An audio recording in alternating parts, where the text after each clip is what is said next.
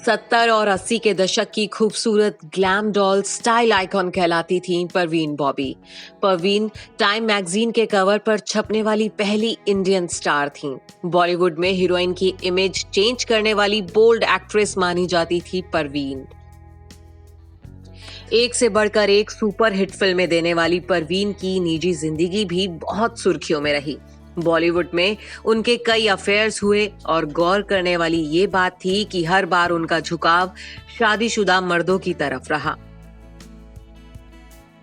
शादीशुदा लोगों की ओर झुकाव रखने की वजह से परवीन को इंडस्ट्री में अलग नजरों से देखा जाता था।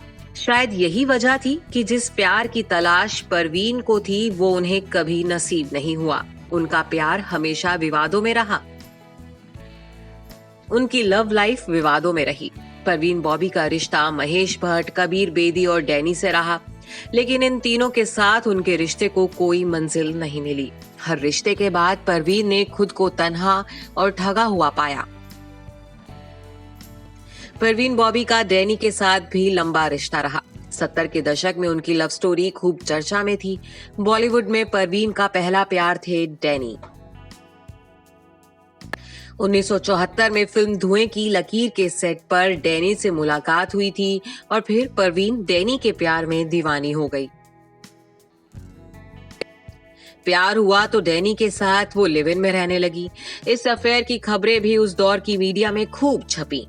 करीब 4 साल तक दोनों साथ रहे और फिर खुद एक दिन परवीन ने डैनी से ब्रेकअप कर लिया। वजह ये थी कि डैनी अमिताभ बच्चन के दोस्त थे। इस बात का खुलासा डैनी ने किया था। उन्होंने कहा था कि परवीन पायरॉइड स्क्रीनोफेनिया की मरीज थी। वो अमिताभ समेत डैनी से डरने लगी थी। डैनी का कहना है कि अमिताभ ने एक इंटरव्यू में परवीन को अपना दोस्त भर बताया था और उसके बाद वो उनसे दूर रहने लगी थी। वो उन्हें अमिताभ का एजेंट समझती थी।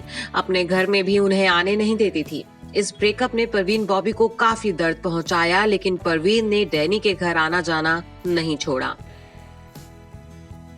उसी दौरान डैनी की लाइफ में किम की एंट्री हो गई।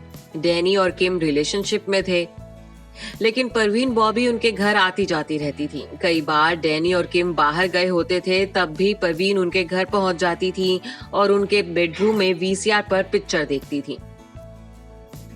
परवीन की इस हरकत से किम बहुत नाराज होती थी। तब डैनी ने परवीन को अपने घर न आने को कहा था। इस बात का खुलासा डैनी ने एक न्यूज़पेपर में अपने एक इंटरव्यू में किया था।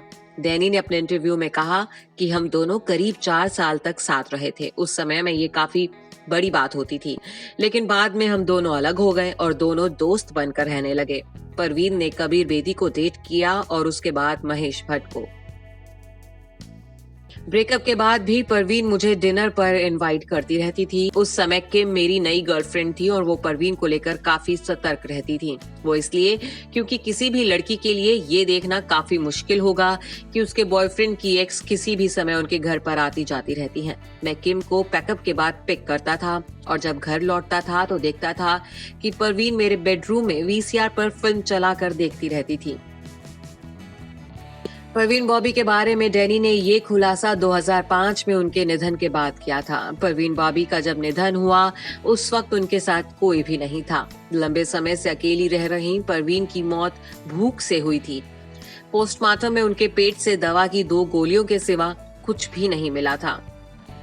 कभी फिल्मी पर्दे को अपने हुस्न से रोशन करने वाली परवीन के निधन पर बॉलीवुड भी नहीं जुटा, लेकिन डैनी, महेश भट्ट और कबीर बेदी उनके शव को मिट्टी देने पहुंचे।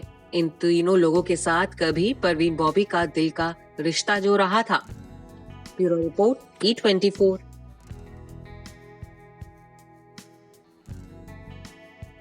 अगर आपको हमारा ये वीडियो पसंद आया हो तो इसे लाइक और शेयर जरूर करें और हाँ, हमें सब्सक्राइब और फॉलो करना ना भूलें ताकि आप एंटरटेनमेंट की कोई भी खबर मिस ना करें, चाहे बॉलीवुड और टीवी से जुड़ी बिग न्यूज हो या स्टार्स का लाइफस्टाइल, बी टाउन की कोई पार्टी हो या सेलिब्रिटीज की डेटिंग, फिल्म और टीवी इंडस्ट्री की गॉसिप हो या कंट्रोवर्सीज, हर वीडियो मिलेगा E24 पर।